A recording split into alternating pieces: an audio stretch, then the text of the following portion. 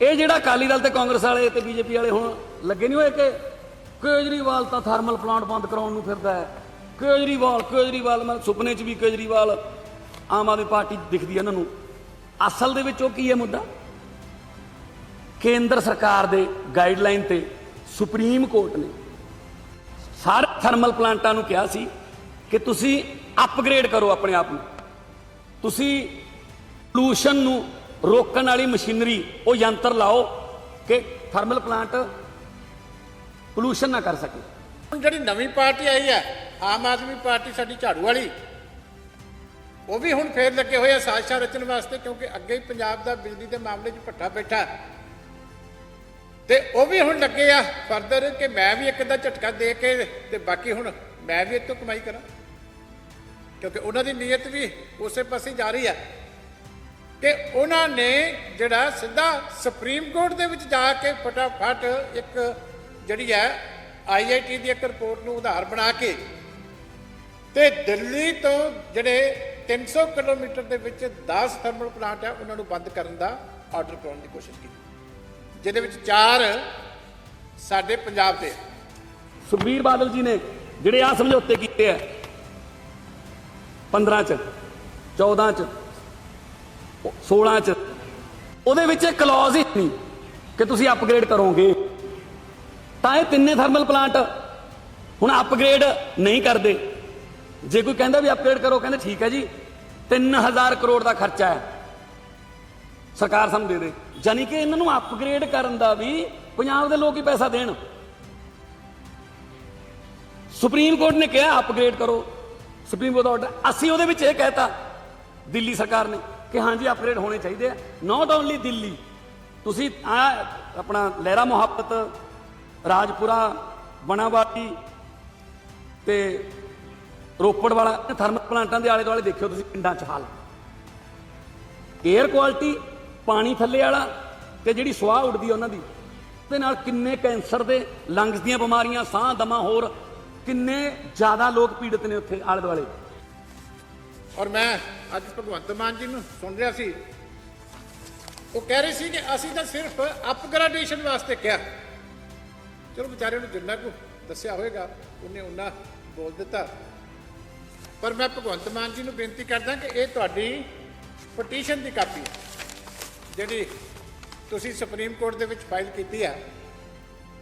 ਇਹ ਤੁਹਾਡੀ ਉਸ ਪਟੀਸ਼ਨ ਦੀ ਕਾਪੀ ਹੈ। ਇਹਦਾ 60 ਨੰਬਰ ਪੇਜ ਤੇ 28 ਨੰਬਰ ਪੁਆਇੰਟ ਮੈਂ ਪੜ੍ਹਨ ਲੱਗਿਆ।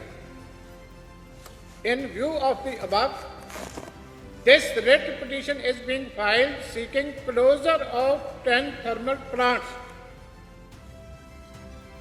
Closure ਮੰਗ ਰਹੇ ਹੋ ਤੁਸੀਂ, ਕਿਉਂ ਮੰਗ ਰਹੇ ਹੋ? ਕਿਉਂਕਿ ਅੱਗੇ ਹੀ ਭੱਠਾ ਬੈਠਾ ਪਿਆ ਤੇ ਤੁਸੀਂ ਚਾਹੁੰਦੇ ਸੀ ਵੀ ਕਿਸੇ ਤਰੀਕੇ ਜੇ ਸਾਨੂੰ ਆਰਡਰ ਮਿਲ ਜਾਵੇ ਤੇ ਪੰਜਾਬ ਸਾਰਾ ਹੀ ਹਨੇਰੇ ਦੇ ਵਿੱਚ ਡੁੱਬ ਜਾਵੇ ਤੇ ਸਾਨੂੰ ਆਪਣੀਆਂ ਰਾਜਨੀਤਿਕ ਰੋਟੀਆਂ ਸੇਕਣੀਆਂ ਹੋਰ ਸੌਖੀਆਂ ਹੋ ਜਾਣਗੀਆਂ ਤੇ ਅਸੀਂ ਆ ਕੰਪਨੀਆਂ ਨੂੰ ਵੀ ਬਲੈਕਮੇਲ ਕਰ ਦਾਂਗੇ। ਜਿਵੇਂ ਕਾਂਗਰਸ ਪਹਿਲਾਂ ਲੈ ਗਈ, ਇਵੇਂ ਅਸੀਂ ਵੀ ਇਹਨਾਂ ਨੂੰ ਲੁੱਟ ਲਵਾਂਗੇ। ਸੋ ਅਸੀਂ ਉਹਦੇ ਵਿੱਚ ਇਹ ਕਿਹਾ ਕਿ ਹਾਂਜੀ ਅਪਗ੍ਰੇਡ ਕਰੋ ਜੀ। ਅਸੀਂ ਬੰਦ ਕਰਨ ਨੂੰ ਥੋੜੀ ਕਿਹਾ ਕਿ ਅਸੀਂ ਬੰਦ ਕਰ ਦਿਓ ਥਰਮਲ ਪਲਾਂਟ, ਵੀ ਤਿੰਨੇ ਥਰਮਲ ਪਲਾਂਟ ਹੀ ਬੰਦ ਕਰ ਦਿਓ। ਨੋ, ਉਹਦੇ 'ਚ ਯੂਪੀ ਦੇ ਨੇ, ਕੁਝ ਹਰਿਆਣੇ ਦੇ ਨੇ ਕਿ ਇਹਨਾਂ ਨੂੰ ਅਪਗ੍ਰੇਡ ਕਰੋ ਜੀ। 300 ਕਿਲੋਮੀਟਰ ਦੇ ਰੇਡੀਅਸ ਦੇ ਵਿੱਚ ਉਹਨਾਂ ਦਾ ਜਿਹੜਾ ਪੋਲੂਸ਼ਨ ਹੈ ਉਹ ਜਿਹੜੇ ਵਾਤਾਵਰਨ ਦੇ ਜਿਹੜੇ ਮਾਹਿਰ ਨੇ ਉਹ ਦੱਸਦੇ ਨੇ ਫੈਲਦਾ। ਸੋ ਇਹਨਾਂ ਨੂੰ ਇਹ ਜਿੱਦਣ ਅਰਵਿੰਦ ਕੇਜਰੀਵਾਲ ਜੀ 300 ਯੂਨਿਟ ਵਾਲੇ ਐਲਾਨ ਕਰਕੇ ਗਏ ਨੇ, ਉਦੋਂ ਦਾ ਕਾਂਗਰਸ ਤੇ ਅਕਾਲੀ ਆਪਸ 'ਚ ਲੜੇ ਕਦੇ? ਕਾਂਗਰਸ ਤੇ ਅਕਾਲੀਆਂ ਨੇ ਸਿੱਧਾ ਨਿਸ਼ਾਨਾ ਕੇਜਰੀਵਾਲ। ਸੋ ਇਸ ਕਰਕੇ ਇਹਨਾਂ ਆ ਜਿਹੜੇ ਦੋਸ਼ ਲਾਉਂਦੇ ਨੇ ਇਹਨਾਂ 'ਚ ਕੋਈ ਦਮ ਨਹੀਂ।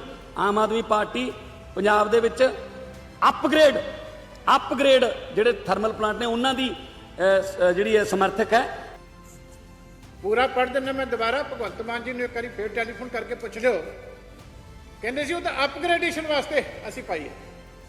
ਇਹ ਉਹਨਾਂ ਦੀ ਪਟੀਸ਼ਨ ਦਾ 28 ਨੰਬਰ ਪੁਆਇੰਟ ਮੈਂ ਪੜ੍ਹ ਰਿਹਾ। In view of the above, the writ petition is being filed seeking closure of 10 thermal power plants till such time as they introduce the requisite technology and comply with the emission of the data. ਇਸ ਤੋਂ ਅੱਗੇ ਵੀ ਹੈ, ਹੋਰ ਵੀ ਥਾਵਾਂ ਦੇ ਉੱਤੇ ਇਹਦਾ mention ਹੈ। ਔਰ ਇਹ 4 ਥਰਮਲ ਪਲਾਂਟ ਇਹਦੇ ਵਿੱਚੋਂ ਇਹ ਸਾਡੇ ਪੰਜਾਬ ਦੇ ਆ। ਲਹਿਰਾ, ਰੋਪੜ ਦਾ ਗੁਰੂ ਗੋਬਿੰਦ ਸਿੰਘ ਥਰਮਲ ਪਲਾਂਟ, ਤਲਵੰਡੀ ਸਾਬੋ ਦਾ ਪਲਾਂਟ ਤੇ ਰਾਜਪੁਰਾ, ਆ ਦੋਵੇਂ ਪੈਸੇ ਦੇਣ ਵਾਲੇ ਵੀ ਇਹਦੇ ਵਿੱਚ ਹੀ ਆ, ਰਾਜਪੁਰੇ ਵਾਲਾ ਵੀ ਤੇ ਦੂਜਾ ਵੀ, ਤੇ 6 ਜਿਹੜੇ ਆ ਉਹ ਹੋਰ ਆ ਉਹਦੇ ਵਿੱਚ ਯੂਪੀ ਦੇ ਤੇ ਹਰਿਆਣੇ ਦੇ, ਪਾਣੀਪਤ ਵਾਲਾ ਵੀ ਆ, ਯਮੁਨਾ ਨਗਰ ਵਾਲਾ ਵੀ ਆ, ਦਾਦਰੀ ਵਾਲਾ ਵੀ ਆ, ਹੋਰ ਯੂਪੀ ਦੇ ਪਲਾਂਟ ਉਹਦੇ ਵਿੱਚ ਉਹ ਸ਼ਾਮਲ ਆ। ਇਹ ਕੱਲਾ ਕੇਜਰੀਵਾਲ ਇਹ ਨਹੀਂ ਕਹਿੰਦਾ ਕਿ ਮੇਰੇ ਦਿੱਲੀ 'ਚ ਇੱਥੋਂ ਦੀਆਂ ਜਾਨਾਂ ਵੀ ਬਚਾਉਣ ਵਾਸਤੇ ਕੈਪਟਨ ਸਰਕਾਰ ਉਹਨਾਂ ਨੂੰ ਪੈਸੇ ਦੇਈ ਜਾਂਦੀ ਹੈ। ਸਾਡੇ ਜਾਨਾਂ ਤਾਂ ਬਚਾਓ, ਸਾਡੇ ਪੰਜਾਬੀਆਂ ਦੀਆਂ 4800 ਬੰਦਾ ਇੱਕ ਸਾਲ ਦੇ ਵਿੱਚ ਇੰਡੀਆ ਦੇ ਵਿੱਚ ਥਰਮਲ ਪਲਾਂਟਾਂ ਦੀ ਪੋਲੂਸ਼ਨ ਦੀ ਵਜ੍ਹਾ ਨਾਲ ਮਰ ਜਾਂਦਾ ਜੀ। 4800 ਪੀਪਲ। ਐਂਡ ਦੇ ਉੱਤੇ ਵੀ ਜਿਹੜੀ ਆ ਇਹ ਜਿਹੜੇ ਪਲਾਂਟ ਆ ਅਸੀਂ ਪੋਲੂਸ਼ਨ ਦੇ ਜਿਹੜੇ ਕੰਟਰੋਲ ਕਰਨ ਦੇ ਅਗੇਂਸਟ ਨਹੀਂ ਆ। ਇੰਡਸਟਰੀ ਨੂੰ ਸਮੇਂ-ਸਮੇਂ ਪੋਲੂਸ਼ਨ ਦੀਆਂ ਜਿਹੜੀਆਂ ਕੰਡੀਸ਼ਨਸ ਆ ਕੰਪਲਾਈ ਕਰਨ ਵਾਸਤੇ ਗਵਰਨਮੈਂਟਾਂ ਹਮੇਸ਼ਾ ਕੋਸ਼ਿਸ਼ ਕਰਨੀਆਂ ਚਾਹੀਦੀਆਂ, ਪਰ ਇਹੋ ਜਿਹਾ ਹਾਰਸ਼ ਡਿਸੀਜਨ ਨਹੀਂ ਕਿ ਇੱਕ ਪਾਸੇ ਆਲਰੇਡੀ ਕ੍ਰਾਈਸਿਸ ਹੈ ਔਰ ਜਿਹੜਾ এনवायरमेंट ਮਿਨਿਸਟਰੀ ਆ ਉਹਨਾਂ ਨੇ ਪ੍ਰੋਪਰਲੀ ਉਹਨਾਂ ਦਾ ਟਰਮ ਐਕਸਟੈਂਡ ਕੀਤੀ ਹੋਈ ਹੈ। ਜਿਹੜਾ ਕੰਸਰਨ ਡਿਪਾਰਟਮੈਂਟ ਆ ਤੁਸੀਂ ਉਸ ਤੋਂ ਵੀ ਵੱਧ ਕੰਸਰਨ, ਜਿਹੜੀ ministry of environment and forest ਉਹਨੇ ਜਿਹੜੀ ਹੈਗੀ ਆ ਨੋਟੀਫਿਕੇਸ਼ਨ ਜਿਹੜਾ ਜਾਰੀ ਕੀਤਾ ਉਸ ਨੋਟੀਫਿਕੇਸ਼ਨ ਨੂੰ ਵੀ ਰੱਦ ਕਰਨ ਦੀ ਤੁਸੀਂ ਗੱਲ ਕਰ ਰਹੇ ਹੋ। Quash and set aside the notification number so and so issued by Ministry of Environment and Forest amending extending the timelines for complying with the emission norms। ਇੱਥੋਂ ਇਹ ਸਿੱਧ ਹੁੰਦਾ ਹੈ ਕਿ ਪੰਜਾਬ ਦੇ ਲੋਕ ਜਿੰਨਾ ਮਰਜ਼ੀ ਰੌਲਾ ਪਾਈ ਜਾਣ, ਬਿਜਲੀ ਸਸਤੀ ਨਹੀਂ ਹੋ ਸਕਦੀ ਕਿਉਂਕਿ ਆਲਰੇਡੀ ਕੰਪਨੀਆਂ ਨੇ ਉਹਨਾਂ ਨੂੰ, ਕਾਂਗਰਸ ਨੂੰ ਤੇ ਅਕਾਲੀਆਂ ਨੂੰ ਹਾਇਰ ਕਰ ਰੱਖਿਆ, ਉਹਨਾਂ ਨੂੰ ਖਰੀਦ ਰੱਖਿਆ ਕਿ ਤੁਸੀਂ ਕੁਝ ਨਹੀਂ ਕਹੋਗੇ। ਇਸੇ ਕਰਕੇ ਹੀ ਲੱਗਦਾ ਸੀ ਇਹ ਕਿ ਅਕਾਲੀਆਂ ਦੇ ਸਾਰੇ ਸਮਝੌਤਿਆਂ ਨੂੰ ਕੈਪਟਨ ਸਾਹਿਬ ਕਿਉਂ ਅੱਗੇ ਵਧਾ ਰਹੇ ਨੇ, ਆਹ ਕਾਰਨ ਹੈ। ਇਸੇ ਤਰ੍ਹਾਂ ਹੀ ਜਿਹੜਾ ਐਕਸਾਈਜ਼ ਦਾ, ਇਸੇ ਤਰ੍ਹਾਂ ਹੀ ਟਰਾਂਸਪੋਰਟ ਦਾ।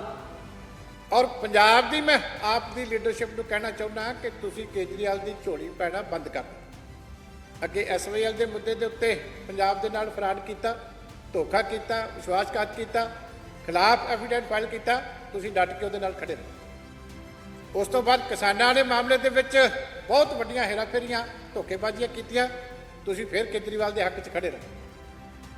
ਕੋਈ ਥਾਂ ਨਹੀਂ, ਤੁਸੀਂ ਉਹਦੇ ਗੁਣ ਗਾਉਣੋਂ ਨਹੀਂ ਹਟਦੇ, ਸਿਰਫ ਤੁਹਾਨੂੰ ਇੱਕ ਟਿਕਟ ਚਾਹੀਦੀ ਆ, ਪਰ ਉਹਦੇ ਕਰਕੇ ਤੁਸੀਂ ਪੰਜਾਬ ਦੇ ਹਿੱਤ ਵਿੱਚ ਹੋਣਾ। ਇਸ ਕਰਕੇ ਹੁਣ ਮੈਂ ਪਟੀਸ਼ਨ ਪੜ੍ਹ ਦਿੱਤੀ ਹੈ। ਭਗਵੰਤ ਮਾਨ ਜੀ ਨੂੰ ਬੇਨਤੀ ਹੈ ਕਿ ਦੁਬਾਰਾ ਉੱਥੇ ਫੋਨ ਕਰਕੇ ਪੁੱਛੋ ਕਿ ਵਾਰਡ ਕਲੋਜ਼ਰ ਲਿਖਿਆ ਹੈ, ਤੁਸੀਂ ਬੰਦ ਕਰਾਉਣ ਵਾਸਤੇ ਪਟੀਸ਼ਨ ਪਾਈ ਸੀ। ਮੈਂ ਸੁਪਰੀਮ ਕੋਰਟ ਦਾ ਧੰਨਵਾਦ ਕਰਦਾ ਕਿ ਉਹਨਾਂ ਨੇ ਇਹ ਕਹਿ ਕੇ ਕਿ ਕੀ ਮਜ਼ਾਕ ਹੈ, ਕਿ ਹਾਸੋ ਹੀ ਨਹੀਂ ਗੱਲ ਹੈ, ਉਹਨਾਂ ਨੇ ਵਾਪਸ ਕਰ ਦਿੱਤੀ ਕਿ ਇਸ ਤਰੀਕੇ ਕੰਮ ਨਹੀਂ ਹੁੰਦੇ ਕਿ ਇੱਕ ਸਟੇਟ ਗਵਰਨਮੈਂਟ ਦੂਜੀਆਂ ਸਟੇਟ ਗਵਰਨਮੈਂਟਾਂ ਦੇ ਬਾਰੇ 'ਚ ਆ ਕੇ ਕਹਿ ਦੇਵੇ ਕਿ ਜਿਹੜੇ ਆ ਤੁਸੀਂ ਆਹ ਆਰਡਰ ਪਾਸ ਕਰ ਦਿਓ।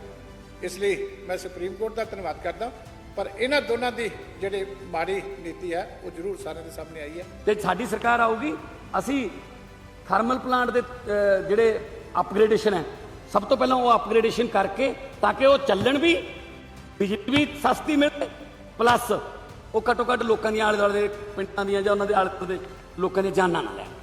ਇਹ ਮੇਰੇ ਵੱਲੋਂ ਅੱਜ ਤੁਹਾਡੇ ਨਾਲ ਖਵਾਦਾ। ਤੁਸੀਂ ਦਿੱਲੀ ਸੰਭਾਲ ਨਹੀਂ ਸਕਦੇ, ਆਪਣਾ ਉੱਥੇ ਤੁਹਾਡਾ ਜਿਹੜਾ ਪੋਲਿਊਸ਼ਨ ਹੈ, ਚਾਹੇ ਵਹੀਕਲਰ ਪੋਲਿਊਸ਼ਨ ਹੈ, ਚਾਹੇ ਨਾਇਜ਼ ਪੋਲਿਊਸ਼ਨ ਹੈ, ਚਾਹੇ 에ਅਰ ਪੋਲਿਊਸ਼ਨ ਹੈ, ਚਾਹੇ ਇੰਡਸਟਰੀਅਲ ਪੋਲਿਊਸ਼ਨ ਹੈ, ਉਹ ਤੁਹਾਡੇ ਕੋਲੇ ਰੁਕਦਾ ਨਹੀਂ ਹੈ। ਤੇ ਇਹ ਨਵੇਂ ਤਰੀਕੇ ਦੀ ਇੱਕ ਐਡਮਿਨਿਸਟ੍ਰੇਸ਼ਨ ਸ਼ੁਰੂ ਹੋ ਗਈ ਵੀ ਦੂਜੀਆਂ ਸਟੇਟਾਂ ਦੇ ਵਿੱਚ ਜੋ ਚੱਲ ਰਿਹਾ ਉਹਦਾ ਤੁਸੀਂ ਜਾ ਕੇ ਦਿੱਲੀ ਬੈਠੇ ਹੋ ਤਾਂ ਸੌਖਾ ਕੰਮ ਹੈ ਵੀ ਸੁਪਰੀਮ ਕੋਰਟ ਤੋਂ ਸਟੇ ਲੈ ਕੇ ਉਹਨਾਂ ਦਾ ਪੱਠਾ ਪਟਾ ਦਿਓ। ਇਸ ਕਰਕੇ ਇਹ ਦੋਨਾਂ ਦਾ ਐਕਸ਼ਨ ਬੈਡਾ ਫਾਈਟ